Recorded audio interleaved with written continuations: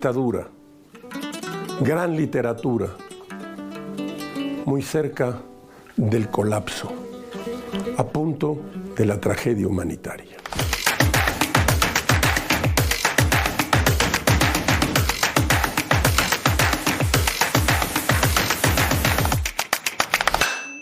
Bienvenidos a La Otra Aventura, un espacio dedicado al mundo de los libros. El filósofo y escritor hindú Rabindranath Tagore escribió los siguientes versos.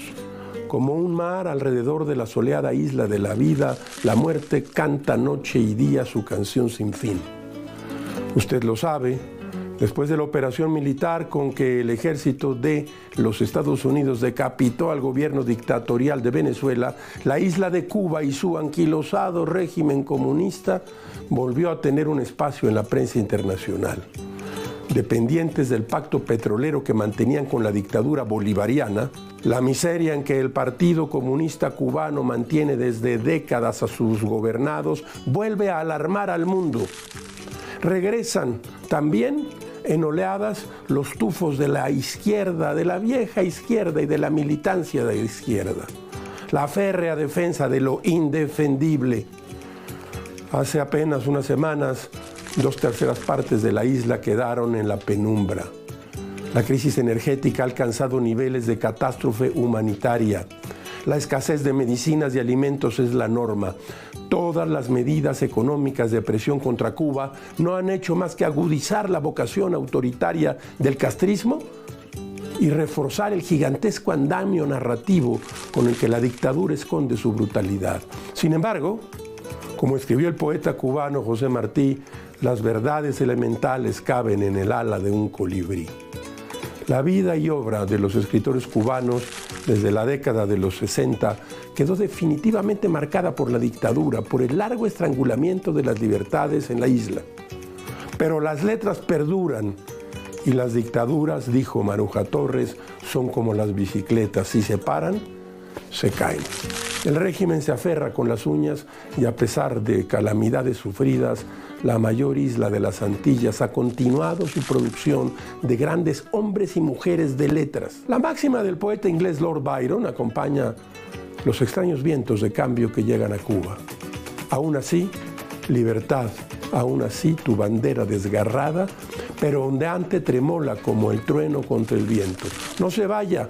Hoy hemos traído aquí una breve historia literaria de Cuba.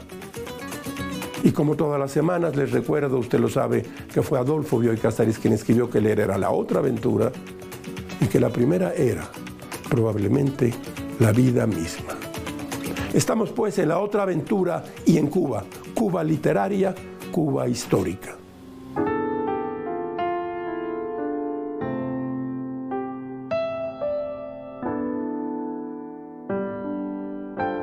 El famoso poema del poeta nacional cubano José Martí, Dos Patrias, dice lo siguiente.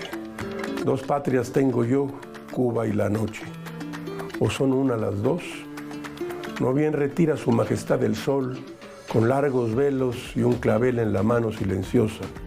Cuba, cual viuda triste, me aparece. Yo sé cuál es ese clavel sangriento que en la mano tiembla. Está vacío en donde estaba el corazón. Ya es hora de empezar a morir. La noche es buena para decir adiós. La luz estorba y la palabra humana. El universo habla mejor que el hombre. En su introducción a la nueva edición de su libro Cuba, Lucha por la Libertad, el historiador inglés Hugh Thomas escribió en septiembre del 2010 lo siguiente. Por primera vez en los 500 años transcurridos desde que los españoles Diego Velázquez, Hernán Cortés y Pánfilo de Narváez pusieran los pies en Baracoa en 1511 y 1898, Cuba fue una colonia española. Una parte importante del gran imperio español en que La Habana desempeñaba una función de puerto para dos grandes flotas.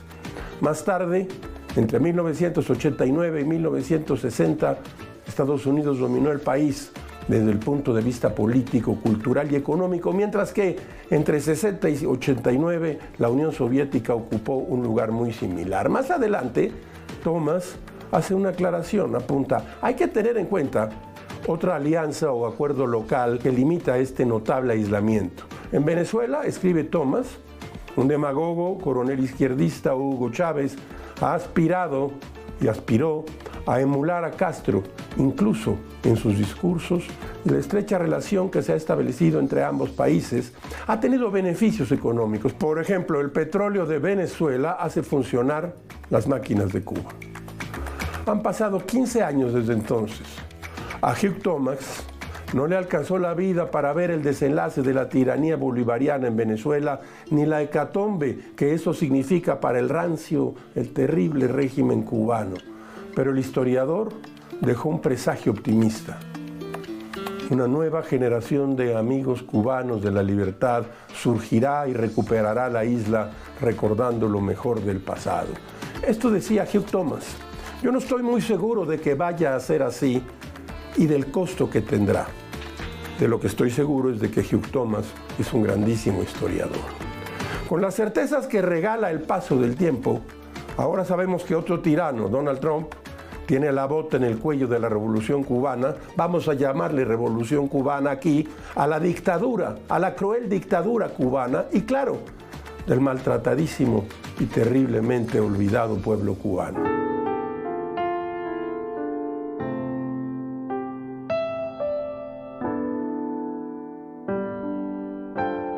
Guillermo Cabrera Infante es uno de los más importantes escritores cubanos y de la lengua española probablemente en los últimos tiempos.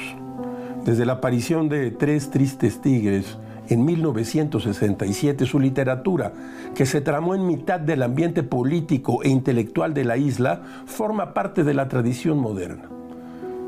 Esta novela deslumbró desde entonces a propios y extraños. Cabrera Infante presenta todos los acontecimientos en un lenguaje prácticamente nuevo. Apenas entrar a la novela, el relato se expande hasta la poesía, logrando la novela más audaz y experimental que tuvo la generación de escritores conocida como el boom latinoamericano. El propio Cabrera dijo que la novela estaba escrita en cubano. Ya desde la década de los 30, la literatura cubana moderna tenía en las figuras de Nicolás Guillén a un poeta mayor, a un escritor ocupado de las expresiones poéticas, del mestizaje étnico y cultural cubano. La música y el lenguaje, desde los madrigales reunidos en motivos del son, el habla de los negros y los mulatos, toma un lugar primordial. Pero con Tres Tristes Tigres, esta es la que leímos en nuestras épocas, todos los que nos acercamos a Cabrera Infante. Déjeme que le diga el año. Sí, es el año, se publicó en el año de 1970. Tres Tristes Tigres, ese rasgo de la literatura cubana, se convierte entonces en un estilo definitivo. Un estilo que el propio Cabrera Infante dejó de lado en sus libros posteriores. Aquí las extrañas estructuras narrativas, la estridencia de la vida nocturna y la imaginación desbordada de Cabrera Infante conduce una historia escrita en clave, la recreación nostálgica de La Habana de 1958. Cabrera Infante escribió sobre La Habana en registros mucho menos exaltados que Tres Tristes Tigres. La Habana para un infante difunto. Yo traigo aquí la edición de Alfaguara. La Habana para un infante difunto. Es una memoria personal, mapa dibujado por un espía, es una novela de espionaje y sospecha, una novela de persecución. Pero Tres Tristes Tigres pasó a la historia de la literatura como una novela imposible. Su autor dejó, a manera de advertencia, un epígrafe de Lewis Carroll y trató de imaginar cómo se vería la luz de una vela cuando estaba apagada. Cabrera Infante.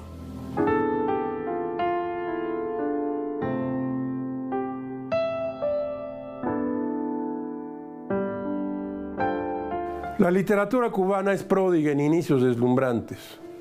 En uno de los más famosos, el de Viaje a la Semilla de Alejo Carpentier, se lee lo siguiente: ¿qué quieres, viejo? Varias veces cayó la pregunta desde lo alto de los andamios, pero el viejo no respondía. Andaba de un lugar a otro, fisgoneando, sacándose de la garganta un largo monólogo de frases incomprensibles. Hoy hemos traído aquí, a esta sección, un libro que publicamos en Cal y Arena. Tras la muerte de Fidel Castro, se trata de Los nómadas de la noche y lo firma el escritor cubano-mexicano Rubén Cortés. Este libro es una protesta personal contra la dictadura y está reunido en Cuba sin ti, Memorias del Olvido. Escuche usted.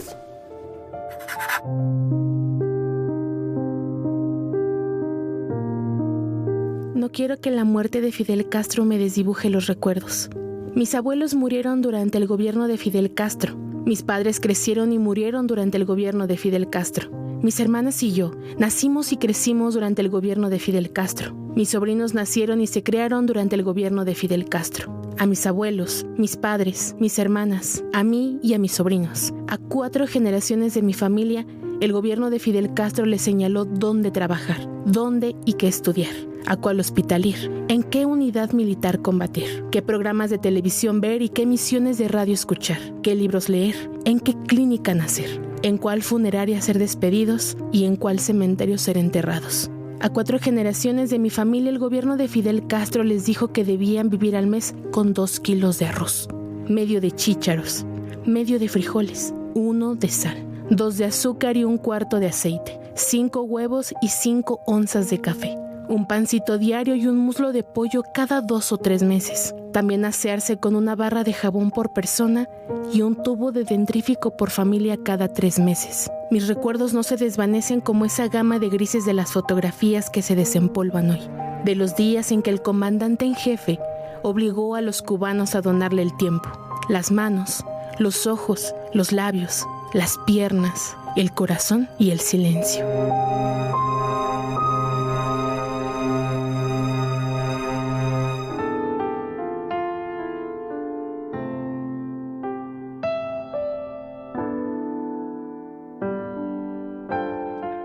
A aquel hombre le pidieron su tiempo para que lo juntara al tiempo de la historia. Le pidieron las manos porque para una época difícil nada hay mejor que un par de buenas manos. Le pidieron los ojos que alguna vez tuvieron lágrimas para que no contemplara el lado claro, especialmente el lado claro de la vida, porque para el horror basta un ojo de asombro. Le explicaron después que toda donación resultaría inútil sin entregar la lengua porque en tiempos difíciles nada es tan útil para atajar el odio o la mentira. Y finalmente le rogaron que, por favor, echase a andar porque en tiempos difíciles esta es sin duda la prueba decisiva. Lo que usted acaba de escuchar es el poema En tiempos difíciles, la puerta de entrada a este libro que tengo aquí, Fuera del juego, del poeta cubano Eberto Padilla. Y aquí empieza la historia y conviene que la escuche usted. Publicado en 1968, fue merecedor del premio de la Unión Nacional de Escritores y Artistas Cubanos, una medalla envenenada. Algunos años antes, en 1961, recuerden ustedes que Fidel Castro toma el poder en 59, pronunció en la Biblioteca Nacional sus famosas palabras para los intelectuales. Una frase del comandante Castro resume aquel discurso que se convirtió en programa de Estado. Dentro de la revolución todo, contra la revolución nada. Eberto Padilla fue detenido y encarcelado por la seguridad del Estado 3 años después de la publicación de Fuera de Juego en 71. La misma Unión de Escritores dio la explicación oficial del arresto. Escúchela usted. Por su actitud antihistórica al exaltar el individualismo frente a las demandas colectivas de un país en pleno desarrollo histórico. ¿Qué le parece a usted? La detención no tardó en causar una reacción internacional organizada en cartas abiertas a Fidel Castro, publicadas en el periódico Le Monde. El mundo intelectual del siglo XX se dividió en 2 bandos. La Revolución Cubana había sido hasta entonces un punto de encuentro, un lugar de adhesiones ideológicas, una causa compartida por escritores y artistas de todo el mundo. 37 días después de su detención, Padilla apareció en público, visiblemente deteriorado. durante un acto de autocrítica, por llamarle así, al estilo de las purgas estalinistas, justamente en la sede de la Unión de Escritores, ahí el poeta Heberto Padilla, bañado en sudor y en mitad de una sala atiborrada de funcionarios gubernamentales y corresponsales de prensa, se autoinculpó y dijo así: yo, compañeros, he cometido errores imperdonables. Yo he difamado, he injuriado constantemente la revolución con cubanos extranjeros. Contrarrevolucionario es el hombre que actúa contra la revolución que la daña. Y yo actuaba y dañaba la revolución. A mí me preocupaba más mi importancia intelectual y literaria que la importancia de la revolución. Con esta humillación pública se inició el quinquenio gris, 1971-1975. El establecimiento de la persecución intelectual del régimen castrista. Padilla fue devuelto a su casa bajo un severo sistema de vigilancia y acoso. En una de las constantes revisiones hallaron el manuscrito de esta novela que tengo aquí. En mi jardín pastan los héroes. Una historia simple, circular, donde Gregorio Suárez narra su vida frustrada e iracunda. El sueño de un perseguido que siempre acaba por no ser un sueño. La seguridad de Estado le devolvió el manuscrito al autor antes de permitirle el exilio y, finalmente, fue publicada en el año de 1981 en España. Este es el episodio central en el cual la revolución cubana se convirtió ya en una tiranía. Una tiranía que duró, le voy a decir cuántos años. Lleva ni más ni menos que 67 años en el poder. Hoy en día, amenazada una vez más por el gobierno de Donald Trump. Pero déjeme que le diga una cosa. Trump es un miserable y en sus venas corre la sangre del dictador. Pero los 67 años de dictadura cubana son simple y sencillamente una de las grandes crueldades históricas de América Latina. Cuba.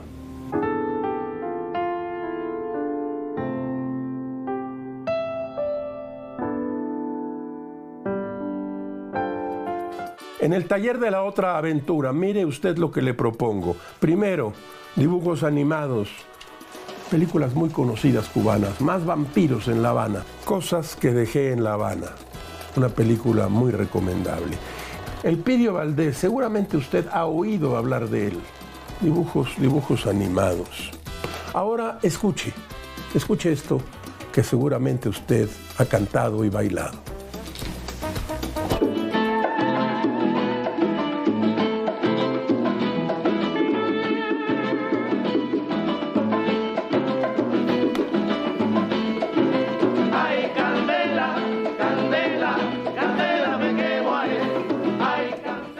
En efecto, Buenavista Social Club, Candela.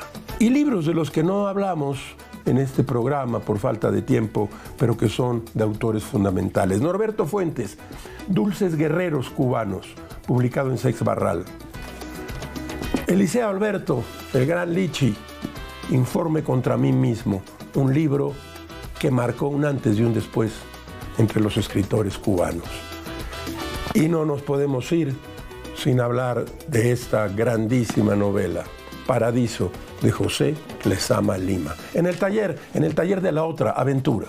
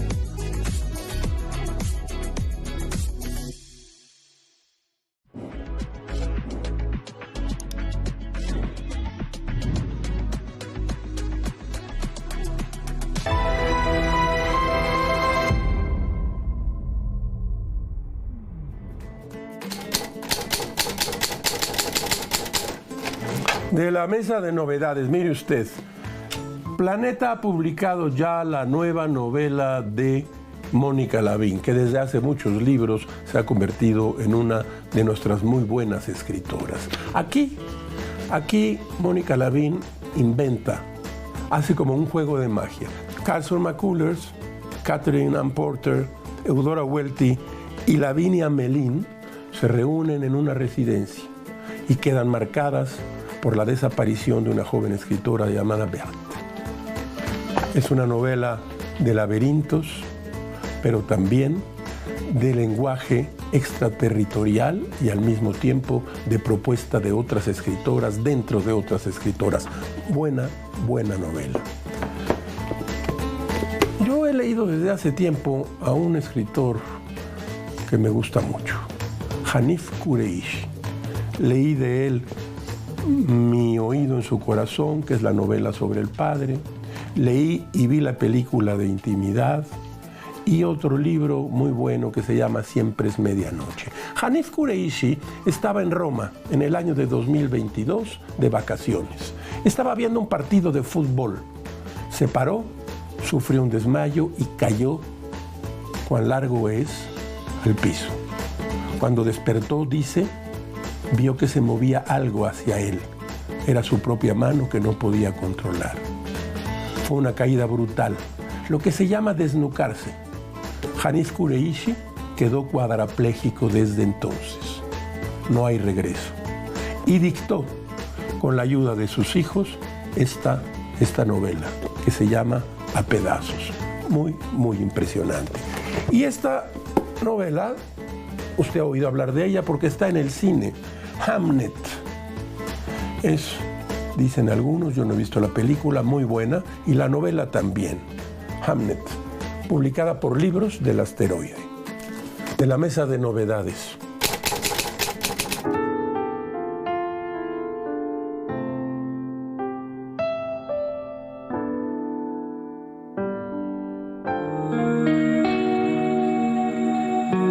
Ama la superficie casta y triste de Fina García Marrús.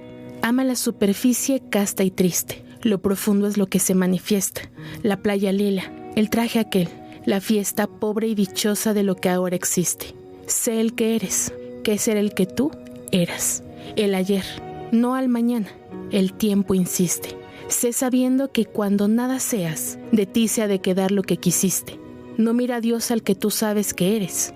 La luz es ilusión, también locura, sino la imagen tuya que prefieres, que lo que amas torna valedera, y puesto que es así, solo procura que tu máscara sea verdadera.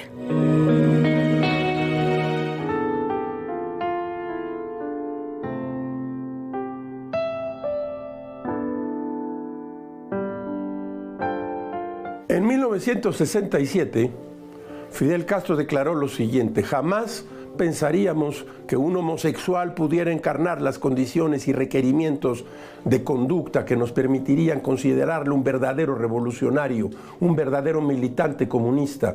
Una desviación de esa naturaleza choca con el concepto que tenemos de lo que debe ser un militante comunista.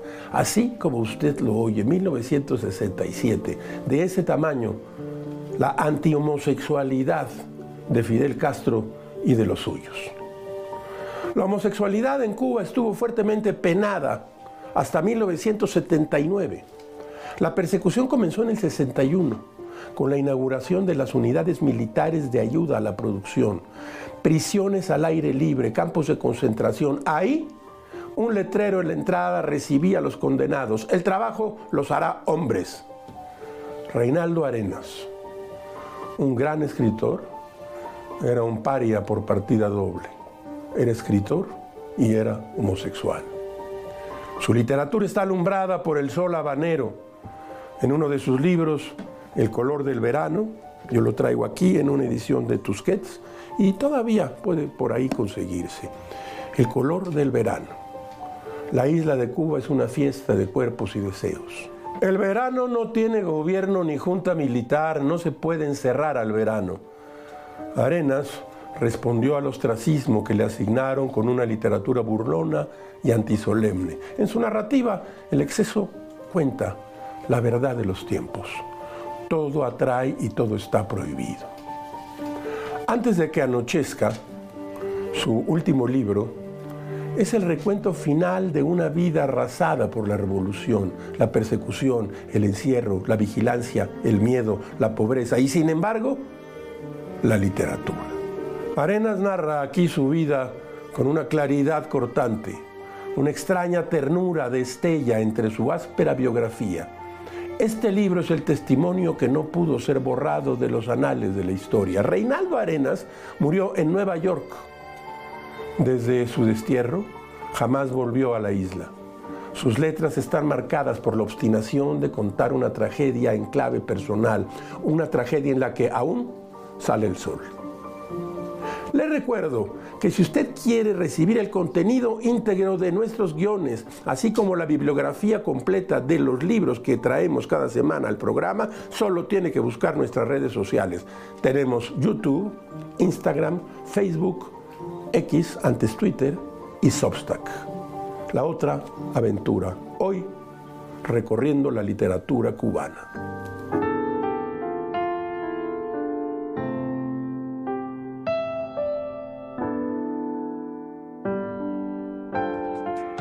Como todas las semanas, usted encontrará aquí, lo sabe ya, un espacio para la felicidad de las frases célebres.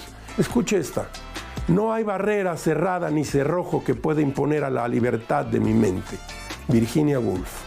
Nosotros nos vamos, pero se queda usted aquí con la mejor información del día en ADN Noticias. Soy Rafael Pérez Gay y los espero aquí la próxima semana. Abres una puerta y aparece un mundo, eso es un libro.